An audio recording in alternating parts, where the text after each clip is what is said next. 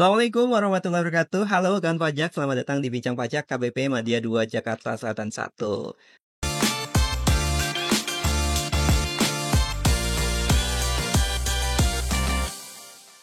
Kali ini saya Heri Nugroho, saya bersama dengan Mas Pur. Purnomo Hadirogo. Kami pada kesempatan hari ini akan memperbincangkan ketentuan yang paling baru di Direktorat Jenderal Pajak tentang pemotongan pemungutan PPh pasal 21. Ini sesuai dengan peraturan yang baru saja terbit di akhir tahun 2023 kemarin, yaitu Betul. PP nomor 58 Betul. tahun 2023 dan turunannya di PMK nomor 168 tahun 2023 dan juga sudah keluar Perdirjennya ya? Betul Mas Heri. Jadi kemarin 2024 keluar Perdirjen nomor 2 tahun 2024. Ini sangat penting banget. Jadi sudah komplit ya, sudah ada PP-nya, ada PMK-nya dan juga ada Perdirjennya. Nah, seperti apa nanti hal yang perlu teman-teman ketahui di ketentuan yang baru ini, kita simak bersama di sini ya. Jadi Mas Purnomo, jadi mungkin kita bisa minta tolong dijelaskan ini sebenarnya latar belakangnya yang melahirkan ketentuan pembaruan dari pemotongan ini apa, Mas? Ya, jadi kalau kawan pajak dan Mas Heri ketahui kan seperti yang kita ketahui bersama bahwa pemotongan dan pemungutan PPh pasal 21 sebelumnya diatur di Perdirjen nomor 16 tahun 2016. Kalau kita baca Perdirjen ini kan pasalnya banyak, kemudian lampirannya banyak, dan secara teknis sendiri pemotongan yang dilakukan untuk PPh pasal 21 itu sendiri memiliki banyak sekali variasi dan kompleksitas skema perhitungan yang tinggi. Iya. Jadi variasi macam-macam cara perhitungannya banyak, kemudian skema perhitungan bagaimana cara menghitungnya banyak. Ini sangat variatif seperti itu ya. Jadi memang membutuhkan simplifikasi dan juga penyederhanaan dalam skema tarif untuk pemotongan PPh pasal 21. Yang pasti seperti itu Mas Heri. Jadi kalau kita highlight, jadi latar belakang dari ketentuan baru ini adalah simplikasi gitu ya. Betul sekali. Nah, simplikasinya ini apa yang mungkin hal yang baru di ketentuan yang PMK 168 ini? Ya, jadi di PP 58 dan juga di PMK 168 2023 ini sendiri Mas Heri yang baru dari pemotongan PPh pasal 21 yang sebelumnya kita akan mengenalkan terkait dengan tabel tarif efektif rata-rata. Oh, tabel tarif efektif rata-rata. Tarif efektif rata-rata. Ini yang mungkin kawan pajak sudah dengar ya, namanya TER ya? Betul Mas. Oke. Singkat TER. Tabel tarif efektif. Nah, ini nanti bagaimana? Kurang lebih seperti apa gambaran umumnya?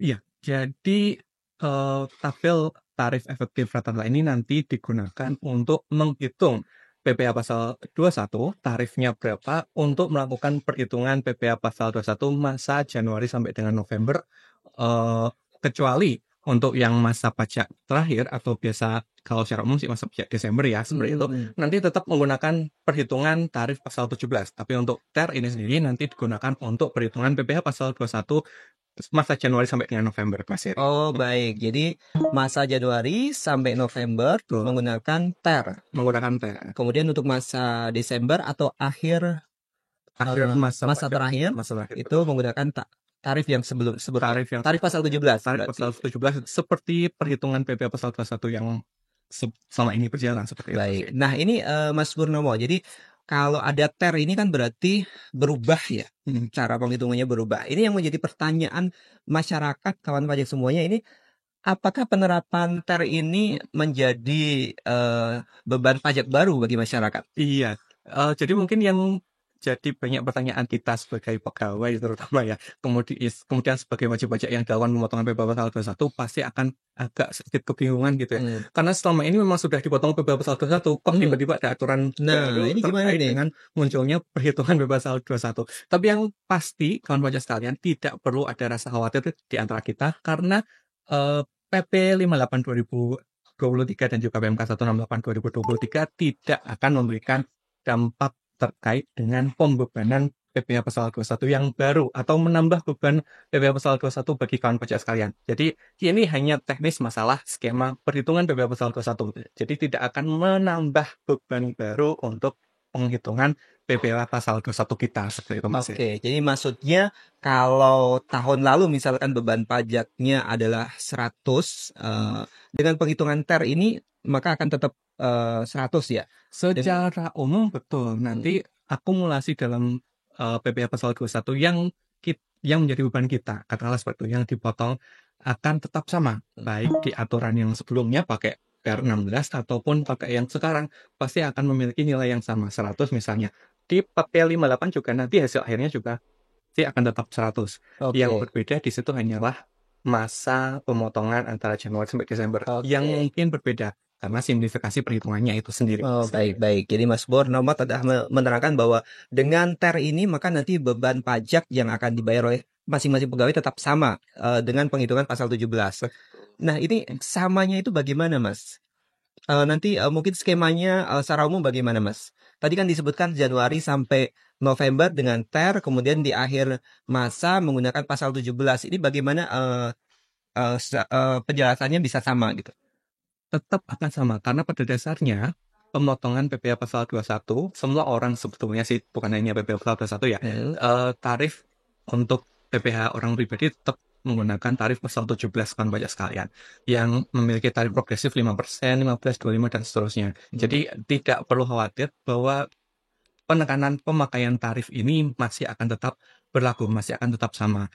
Di TER itu sendiri kawan pajak sekalian yang diperlakukan adalah pemotongan PPh bulanan kita seperti itu. Jadi untuk masa Januari kita melakukan perhitungan dengan cara mengalihkan penghasilan bruto seluruhnya yang kita terima dikalikan dengan tarif efektif rata-rata sesuai dengan kategori yang kita miliki. Seperti itu sih kira-kira Mas Eri. Jadi misalkan di Januari dia ada penghasilan misalkan 100 juta gitu ya, misalnya dikalikan dengan TER. Dikalikan Gitu. Kemudian sampai dengan November juga seperti itu. Betul sekali. Baru nanti kemudian di masa yang terakhir, masa Di Desember, kita dilakukanlah perhitungan ulang sesuai dengan tarif pasal 17. Jadi pada prinsipnya untuk tarif PPh pasal 21 akan tetap sama. Oke, Seperti jadi itu. Januari sampai November dengan TER, kemudian di akhir akhir masanya di Desember nanti Betul. dihitung ulang gitu ya? Betul, kurang lebih seperti itu. Oh, baiklah. Seperti kalau begitu berarti nanti apakah ketika dihitung ulang ya di Desember misalkan Januari sampai November sudah membayar 11 juta gitu. Betul. Ternyata dihitung di akhir tahun terhutangnya 12, maka di Desember tinggal bayar kekurangannya. Oh, seperti itu. Pada prinsipnya kan seperti itu ya perhitungan pasal 21 sampai kemarin berlaku juga sebelum berlaku PP 58 ini saya juga Baik. tetap seperti itu. Nanti mungkin kita lebih jelasnya kawan pajak semuanya bisa lihat contohnya ya. Kita akan coba perjelas lagi apa sih itu TER itu seperti apa gitu. Bentuknya seperti apa. Makhluk apa. Ini kan hal yang sangat baru ya, Mas. Ini penjelasannya seperti apa? Betul. Jadi kalau di ketentuan sendiri tarif efektif rata-rata sendiri diatur dalam dua bagian besar. Ada yang namanya tarif efektif harian dan juga tarif efektif bulanan. Oh gitu, tarif efektif untuk bulanan, ada juga yang harian. Betul, seperti itu. Untuk yang jelaskan untuk tarif efektif rata-rata ini digunakan untuk pegawai, seperti ya pegawai tetap atau pegawai tidak tetap seperti itu. Untuk yang tarif efektif bulanan, kawan pajak sekalian, nanti akan dibagi dalam beberapa macam kategori yang sesuai ketentuan. Kita memiliki 3 tabel tarif efektif rata-rata. Ada kategori A, kategori B, dan kategori C. Seperti itu. Untuk tarif efektif rata-rata harian sendiri dibagi dalam 2 tarif. Untuk tarif 0% dan juga tarif 0,5%. Oke, jadi TER-nya itu ada TER bulanan, TER bulanan, dan juga TER harian. Kemudian untuk yang TER bulanan ini kita coba bahas dulu. Tadi Mas Purnomo sudah menyebutkan ada TER klasifikasi yang A, TER B, TER C. Nah ini kapan wajib pajak masuk di TER A, TER B, TER C ini? Klasifikasinya seperti apa? Ya, jadi kapan seseorang pegawai seperti itu ya dikategorikan masuk ke dalam kategori tertentu A, B atau C ini berdasarkan pada tanggungannya, Mas Heri. Jadi kalau kawan pajak sekalian mengenal ada yang ketika kita melakukan perhitungan PPh Pasal 21 kita mengenal adanya yang namanya penghasilan tidak kena pajak atau PTKP seperti itu. Nah, PTKP ini perhitungannya adalah tergantung pada jumlah tanggungan yang kita miliki. Kan seperti itu ya. Betul. Dan kemudian kapan seseorang ini masuk ke kategori A adalah ketika dia yang bersangkutan memiliki penghasilan tidak kena pajak senilai 54 juta dan 58,5 juta. Atau ini setara dengan ketika orang pribadi ini, wajib pajak ini, kawan pajak sekalian, pegawai ini adalah tidak kawin tanpa tanggungan atau TK0 untuk yang 54 juta, atau dimasuk juga di kategori A itu adalah tidak kawin dengan satu tanggungan dan menikah tapi tidak memiliki tanggungan. Jadi yang TK1, sorry, TK0, TK1 dan juga K0 seperti itu. Baik, itu untuk yang ter A ya. Betul, dan A. Kalau ter B berarti Ter B nanti berarti masuk ke kategori berikutnya. Ter B ada kita bisa masuk ke dalam kategori ter B ketika kita memiliki PTKP atau penghasilan tidak kena pajak senilai 63 juta rupiah dan 67,5 juta rupiah. Ini setara dengan TK2, K1, TK3 dan juga K2, Mas. baik, ter A, ter B, kemudian ter C-nya. Nah, ter C berarti selain dengan yang masuk di kategori A dan kategori B, Mas. Baik, jadi kalau untuk mengklasifikasinya kapan wajib pajak masuk ter A, ter B, ter C itu sangat berpengaruh, sangat dipengaruhi dengan PTKP-nya. Betul, Mas. Oke, kalau begitu nanti kalau pajak juga harus memastikan bahwa PTKP-nya yang terdaftar di perusahaan benar ya. Betul, seperti itu. Karena ini akan sangat berpengaruh dengan tarif tadi ya, tarif pajak yang akan dikenakan oleh si wajib pajak tersebut. Ter A, ter B atau ter C. Nah, tadi untuk ter bulanan, kalau untuk yang ter harian gimana, Mas? Ter harian, maka kita kategorikan dalam dua tarif seperti itu, Mas Heri. Ada yang namanya tarif 0% dan juga tarif 0,5%. Tarif 0% itu ketika kita memiliki penghasilan bruto harian sampai dengan Rp450.000. Sedangkan ketika nanti sudah waktunya dipotong 0,5% PPh pasal 21, mereka yang masuk dalam kategori ini adalah yang memiliki penghasilan bruto antara 450.000 sampai dengan 2,5 juta rupiah untuk penghasilan bruto bulan harian. Oh, baik. Jadi beda dengan yang ter bulanan. Kalau ter bulanan kan berdasarkan PTKP, kalau ter harian berdasarkan penghasilan bruto harian tadi. Baik. Nah, kawan pajak ini nanti kita tayangkan ya di bawah ini. Editor ya, mohon ditampilkan ya tarif pemotongan pajak penghasilan untuk ternya, bisa kawan-kawan pajak lihat di sini. Kemudian kita coba tampilkan juga di sini. Mas Pur, ini kalau kita lihat untuk ter A ya, ter A untuk PTKP yang TK0 54 juta, TK1 dan K0 58,5 juta. Ini banyak banget ya. Ada variasinya, ada 44 variasi. Jadi ini tidak perlu dihafal tentunya. Tidak perlu dihafal. Untuk diketahui saja ketika nanti kita memang masuk kategori mana, tinggal diambil saja tarif penghasilan bruto kita berapa, kemudian kita masuk ke dalam PTKP yang mana, kita langsung bisa lakukan perhitungan PPh pasal 21. Jadi nggak perlu dihafal sih, Mas Erik, karena banyak. Jadi misal ini penggunaannya seperti apa, Mas? Coba saya tebak ya. Misalnya ini seorang lajang ya. Berarti kan TK0 ya. Betul. Dia penghasilannya 10 juta. Itu bagaimana menghitungannya?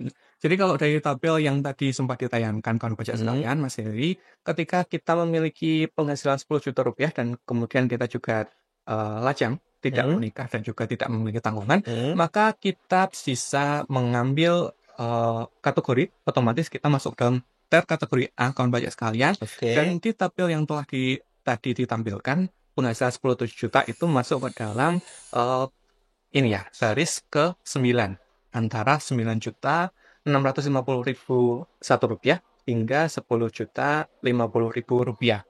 Maka di tabel nomor 9, kawan pajak sekalian, di urutan ke-9 untuk kategori A, kita memiliki tarif pemotongan PP pasal 21 sebesar 2%. Oke, berarti 2% kali 10 juta. Betul. Untuk perhitungan PP pasal 21 sesimpel itu. 2% kali dengan penghasilan bruto yang kita miliki 10 juta. 2% kali 10 juta. Oke, kalau begitu berarti si penerima penghasilan juga bisa menghitung ya. Betul, kita bisa langsung cross check karena ini salah satu program Direktorat Jenderal Pajak yang mengamanahkan, salah satunya adalah akuntabilitas dalam pelaksanaan pemenuhan kewajiban perpajakan. Oke, kita coba biar lebih jelas lagi untuk yang ter B, Mas. Untuk ter B ini berarti untuk PTKP yang TK2, K1 yang jumlah PTKP-nya 63 juta, kemudian TK3 dan K2 yang jumlah PTKP-nya 67,5 juta. Ini ada 40-an variasi. Betul. Untuk ternya. Kalau kita lihat di sini untuk lapisan penghasilan brutonya beda ya, Mas ya? Betul, tentu saja berbeda. termasuk dengan pengenaan tarifnya. Jadi kalau tadi ada 44 baris dalam satu tabel kategori A, kawan pajak sekalian, di kategori B hanya ada 40 tabel tarif. Dan ini Oke. baris pertama, baris kedua, dan seterusnya komposisinya berbeda dengan kategori A tadi. Jadi memang nggak perlu dihafal. Nggak perlu dihafal. Jadi kalau tadi misalkan kita dengan contoh penghasilan bruto yang sama ya, 10 juta, kalau tadi di TRA dia kenanya kenanya tadi 2%, seri. berarti 2% ya 2%. tadi 2%. 2% ya? 2%.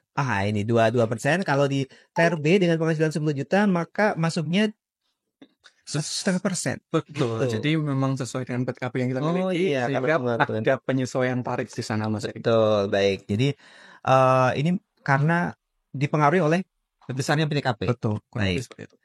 Kita coba lihat di TRC. TRC ini untuk yang paling besar ya PTKP-nya ya, 72 juta untuk K3. Ini ada 41 variasi. Kemudian untuk lapisan penghasilan brutonya juga berbeda ya. Betul. Untuk TER-nya. Betul. Dengan jumlah 10 juta penghasilan bruto ada di lapisan ke-7. Begitu ya? Setuju, cuman di sini tarifnya masih tetap sama sih 1,5%. Cuman komposisinya tetap akan berbeda, Pak Mas Eri. Jadi nggak perlu dihafal, tinggal kita cek saja tabel yang kita masuk ke kategori mana. Baik, nah itu seperti tadi kita bahas untuk TER-nya. Terima kasih ya Mas Purnomo. Jadi boleh kita highlight ya. Jadi untuk TER ini merupakan simplikasi. Betul. Simplikasi dari Direktorat Jenderal Pajak yang pasti yang perlu diperhatikan kan pajak semuanya bahwa ini tidak menambah jumlah PPh 21 setahun. Betul. Tidak mempengaruhi beban PPh pasal 21 kita selama ini. Betul. Jadi masih akan tetap sama.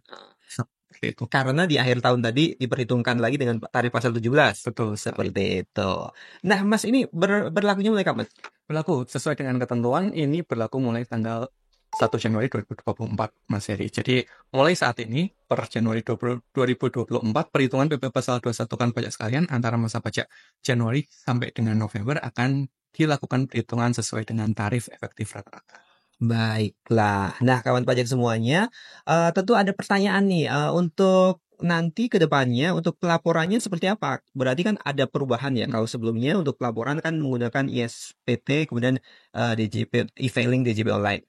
Nah, untuk selanjutnya ini untuk pelaporan tentunya berubah dong. Tentunya berubah. Seiring dengan terbitnya Per 2 2024, Mas Heri, diterbitkan juga telah dirilis kawan pajak sekalian salah satu fitur yang bisa kita manfaatkan untuk pemotongan dan juga pelaporan PPh pasal 21 di akun DJP online kita. Jadi silakan bagi kawan pajak yang masih belum aktifasi fitur, ada yang namanya fitur terbaru yaitu EcoBot 21, Mas Heri. Jadi silakan nanti proses administrasi pemotongan dan juga pelaporan SPT PPh pasal 21 menggunakan EcoBot 21 di DJP online kita. Oke, berarti untuk pelaporan mulai masa Januari sudah bisa menggunakan EcoBot 21. Jadi EcoBot PPh pasal 21 sudah deploy di DJP online, nanti bisa mengaktifkan fiturnya. Betul. Gitu aja ya. Terima kasih banyak kawan pajak semuanya yang telah menyimak ya. Terima kasih Mas Purnomo yang telah memberikan penyerahan. Tentunya kawan pajak nanti membutuhkan untuk contoh-contoh skema penghitungannya seperti apa, nanti kita lanjut di part 2 ya. Terima kasih Mas Purnomo sekali lagi. Sampai jumpa ya. Sampai jumpa kawan pajak. Assalamualaikum warahmatullahi wabarakatuh.